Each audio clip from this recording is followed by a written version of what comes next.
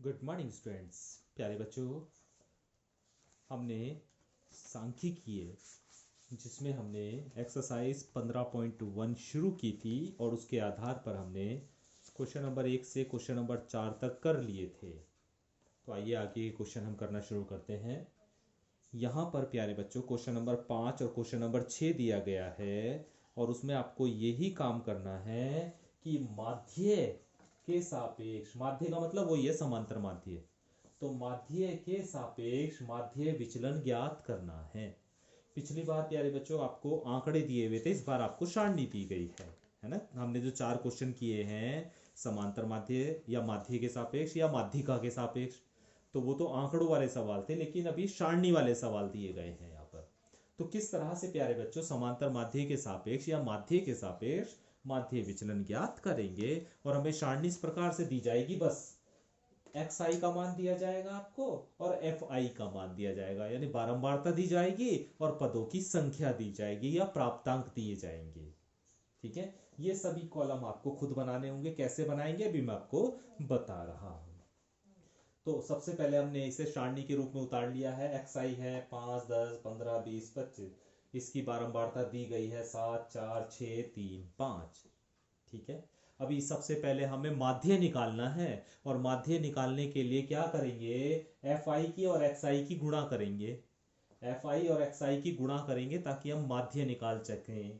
तो F I और x आई की हमने गुणा कर दी, तो 7 और 5 की गुणा, 10 और 4 की गुणा, 15 और 6 की गुणा, 20 और 3 की गुणा और 25 और 5 की गुणा। ये आपके पास गुणा आ गई।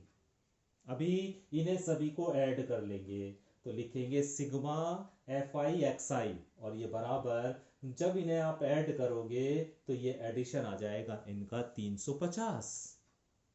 इन्हें जब हम जोड़ेंगे तो वैल्यू आ जाएगी 350। इसी तरह एफ आई को भी जोड़ लेंगे, तो इसे लिखेंगे सिग्मा एफ आई, और ये जब आप जोड़ोगे तो वैल्यू आ जाएगी 25। ठीक है, अभी सबसे पहले माध्य निकालेंगे। और प्यारे बच्चों, माध्य निकालना आपने सीख लिया है, फॉर्मूला आपको पता है। माध्य जिसे हम एक्स बार से प्रदर्शित करते हैं, ये बराबर होता है सिग्मा एफ आई एक्स आई अपॉन सिग्मा एफ आई। ठीक है, सिग्मा एफ आई एक्स आई अपॉन सिग्मा एफ आई। ये वैल्यू आपको पता है 350 है, ये वैल्यू आपको पता है 25 है। हल करा तो हल करने के बाद 14 मिल गया। इसका मतलब ये हो गया प्यारे बच्चों, माध्य यानी एक्स बार का मान आपको 14 मिल गया है। अभी आप एक और कॉलम बनाएंगे जिसमें आप लिखेंगे x I minus X bar, x I minus X bar, और उसका मापांक, ये पिछले बार भी बनाया था आपने, है ना। X I minus X bar और उसका मापांक। ठीक है, अभी क्या करना है, एक्स आई में से एक्स बार को घटाना है। एक्स आई का मतलब हर एक पद में से 14 को घटाना है और उसका मापांक करके लिखना है। तो जब आप प्यारे बच्चों 5 में से 14 को सब्ट्रैक्ट करोगे, 14 को घटाओगे, तो माइनस का 9 बचेगा, लेकिन उसके ऊपर आपका मॉडुलस लगा हुआ है, वो प्लस का 9 ही आ जाएगा। फिर इसी तरह 10 में से आप 14 को घटाओगे तो 4 आ जाएगा। 15 में से 14 को घटाओगे तो 1 आ जाएगा। 20 में से 14 को घटाओगे तो 6 आ जाएगा, और 25 में से 14 को घटाओगे तो 11 आ जाएगा।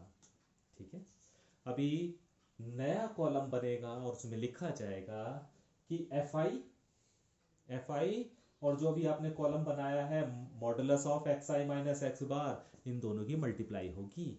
इस वाले कॉलम की और इस वाले कॉलम की आपस में मल्टीप्लाई होगी, तो लिखा क्या जाएगा, F I multiply modulus of X I minus X bar. अब इन दोनों की आप मल्टीप्लाई कर दीजिए, 9 की 7 की, 4 की 4 की, 1 की 6 से, 3 की 6 से और 11 की 5 से गुणा करने के बाद आपको ये वैल्यू मिल जाएंगी।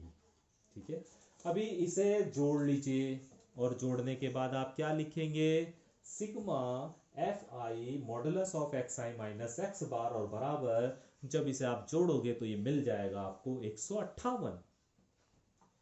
तो मुझे उम्मीद है प्यारे बच्चों कि यहां तक आपको ये टेबल समझ में आ गई होगी।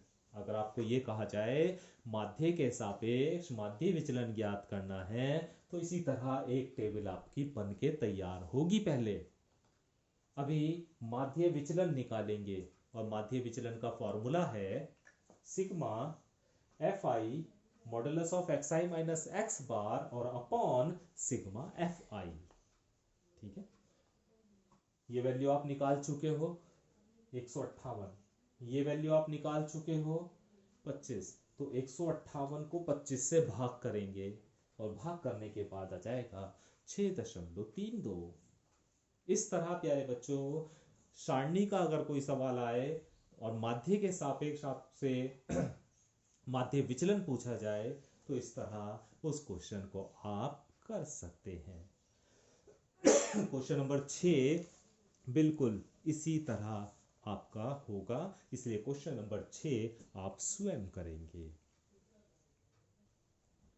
आइए प्यारे बच्चों नेक्स्ट क्वेश्चन देखते हैं। क्वेश्चन नंबर 7 और 8 माध्यिका के सापेक्ष माध्य विचलन ज्ञात करना है। अभी हमने माध्य के सापेक्ष निकाला है, अभी माध्यिका के सापेक्ष, जबकि सारणी वाला सवाल दिया गया है हमें। ठीक है, तो हमें ये सारणी दी गई है, एक्स आई का मान दिया गया है, एफ आई का मान दिया गया है, और हमें बस ये दी जाएगी और बाकी खुद ही तैयार करने हैं। आपको कॉलम क्या क्या तैयार करने हैं इसे आप ध्यान रखिएगा। तो जब भी प्यारे बच्चों माध्यिका की सहायता से आपको माध्य विचलन निकालना हो और इस तरह सारणी वाला सवाल दिया गया हो तो याद रखिए संचयी बारंबारता निकालनी आनी चाहिए। सबसे पहले हम निकालेंगे संचयी बारंबारता। कैसे निकालेंगे? पहली बारंबारता ऐसी, अब इस बार संचयी बारंबारता जो पहली बारंबारता होती है वही संचयी बारंबारता होती है, पहली संचयी बारंबारता। अब उस पहली संचयी बारंबारता में अगली बारंबारता जोड़ते चले जाओ। तो 6 में जब आप 8 में जब आप 6 जोड़ोगे 14 हो जाएगी, तो दूसरी संचयी बारंबारता 14 हो जाएगी। अब दूसरी संचयी बारंबारता में तीसरी बारंबारता जोड़ दो, दूसरी संचयी बारंबारता में तीसरी बारंबारता जोड़ दो, तो जोड़ेंगे तो तीसरी संचयी बारंबारता 16 आ जाएगी। अब तीसरी संचयी बारंबारता में चौथी बारंबारता जोड़ दो, तो 16 में जब 2 जोड़ोगे तो 18 आ जाएगा, 18 में जब आप 2 जोड़ोगे तो 20 आ जाएगा, और 20 में जब आप 6 जोड़ोगे तो 26 हो जाएगा। तो इस प्रकार ये हमने संचयी बारंबारता सारणी बना ली है। ठीक है, अभी सबसे पहले प्यारे बच्चों हमें माध्यिका निकालनी है। एफ आई को जोड़ दो, सिग्मा एफ आई 26 है, वैल्यू आपको दिख रही होगी सम है।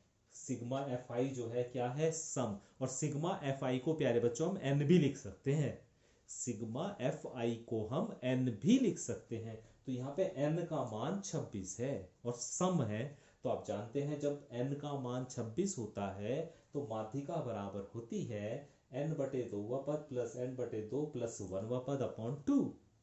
n की जगह 26 रख दीजिए तो 26/2 पद प्लस 26/2 प्लस 1 पद और अपॉन 2, तो ये हो गया 13वां पद प्लस 14/2। अब 13वां पद कहां से मिलेगा? तो प्यारे बच्चों संचय बारंबारता 8 है, 8 का मतलब 13 पद लिख और 8 पद लिखे हुए हैं, तो यहाँ पे तो 13वां पद आएगा नहीं। यहाँ देखिए 14 लिखा हुआ है, तो यानी 14 पद है, तो उसमें 13वां पद भी होगा और 14वां पद भी होगा, तो इसके अंतर्गत आएगा 13वां पद और 14वां पद। ठीक इसके सामने जिसके अंतर्गत आएगा उसके सामने जो xi होगा, ठीक उसके सामने जो xi होगा, यहाँ 7 है तो इसका मतलब 13वां पद 7 है और 14वां पद भी 7 है। जो भी इसके अंतर्गत आएगा प्यारे बच्चों, 9वां पद, 10वां पद, 11वां पद, क्योंकि 8वां पद होता तो यहीं पर आ जाता, लेकिन अभी तो कहा इन्होंने 13वां पद और 14वां पद कहा है, तो वो इसके अंतर्गत आएगा। तो इसके ठीक सामने जो xi होगा वो 13वां पद भी होगा और 14वां पद भी होगा, तो इसलिए 13वें पद की जगह भी 7 रख दिया और 14वें पद की जगह भी हमने 7 रख दिया और बटे 2, तो 14/2 बराबर 7। तो प्यारे बच्चों माध्यिका यानी m बराबर आ गया आपके पास 7। ठीक है, अभी हमें माध्य विचलन निकालना है, इसके लिए हमें इस टेबल को आगे बढ़ाना होगा। क्या लिखना है नेक्स्ट कॉलम में? Modulus of xi minus m, modulus of xi minus m। xi का मतलब है ये सारे, m का मतलब है 7, तो ये मतलब क्या है? इसमें से 7 को घटाते चले जाओ और यहाँ पे लिखते चले जाओ, इनमें से 7 को घटाते चले जाओ और यहाँ पे लिखते चले जाओ। तो 5 में से 7 घटाएंगे तो 2 बचेगा, क्योंकि मॉडुलस लगा हुआ है इसलिए प्लस हो ही जाएगा। 7 में से 7 को घटाएंगे 0, 9 में से 7 को घटाएंगे 2, 10 में से 7 को घटाएंगे 3, 12 में से 7 को घटाएंगे 5 और 15 में से 7 को घटाएंगे तो 8। ये वाला कॉलम भी आपको, ये वाला जो हमने टेबल का कॉलम बनाया ये भी आपको समझ में आ गया होगा। अभी क्या करना है आपको, इस कॉलम की और इस कॉलम की मल्टीप्लाई करनी है। इससे पहले क्वेश्चन में भी ऐसे ही करा था हमने, बस वहां पे एक्स बार था एम की जगह। तो अभी हमें इस वाले कॉलम की और इस वाले कॉलम की मल्टीप्लाई करनी है और क्या लिखेंगे इसे, F I modulus of X I minus M, इन दोनों की गुणा। तो जब इन दोनों की हम गुणा करेंगे तो 8 की 2 से गुणा 16, 6 की 0 से गुणा 0, 2 की 2 से गुणा 4, 2 की 3 से गुणा 6, 2 की 5 से गुणा 10 और 6 की 8 से गुणा 48। तो इस तरह प्यारे बच्चों ये वाला कॉलम भी आपका तैयार हो जाएगा। अभी क्या करना है, इसको ऐड कर दीजिए, sigma F I modulus of X I minus M, और ये बराबर आ जाएगा आपका 84। ठीक है, अभी फॉर्मूला लगा दीजिए माध्य विचलन का, और माध्य विचलन का फॉर्मूला होगा sigma F I modulus of X I minus M upon sigma F I, 84/26।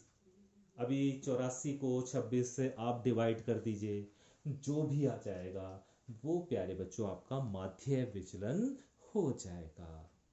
तो मुझे उम्मीद है कि ये चारों क्वेश्चन भी जो मैंने अभी आपको बताए हैं, ये चारों क्वेश्चन भी आपको अच्छे से समझ में आ गए होंगे। ठीक है, इन क्वेश्चन के लिए प्रैक्टिस करने के लिए एक एक क्वेश्चन मैंने छोड़ दिया है आपके लिए, तो उस क्वेश्चन को भी आप खुद करके देख लेंगे।